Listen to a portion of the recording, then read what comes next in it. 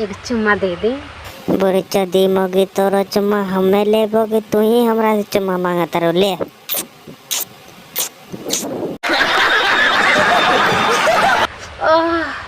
अरे बाप बाप, जैसे बुझाता। अरे लगे आ गए। अरे हर जा ही मोगी, लागे ले रहती तभी तो खड़ा रहती, तोरा के सुता करके पकड़ के फाड़ फूड़ देती अभी तो। अरे बाप, तुम करे जो हिलो दे तो हो तो मशीनिया सब हमार डगमगा। मिसनिया डगमगा गई। इतना कमजोर बा मिसिन का रे, हम तो जाए ना दुए और मारे फाड़िए दे।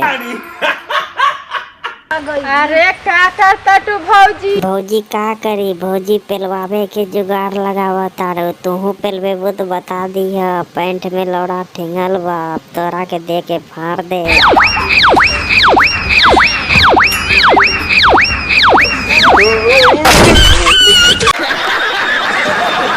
के करा से बतिया तू? हम तो यारे से बतियावता नहीं, हम तो यारे से नहीं बतियावत हई, अपने मर्दे से बतियावत हई। हाँ सही बोले बा कि अपन मर्दे से बतियावता, कि मर्दे के बतिया करके कहता कि ठकवावे के जुगाड़ लगा दा। तू अब आइए गेले बा, तू लकड़ा के लकड़ी ले ला, कोनो लकड़िए से कर ठोकाई कर दो, हुमच के मन सब गर्मी उतर जाई।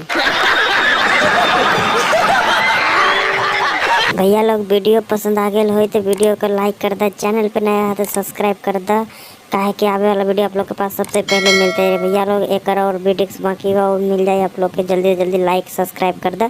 ठीक बात, बाय बाय।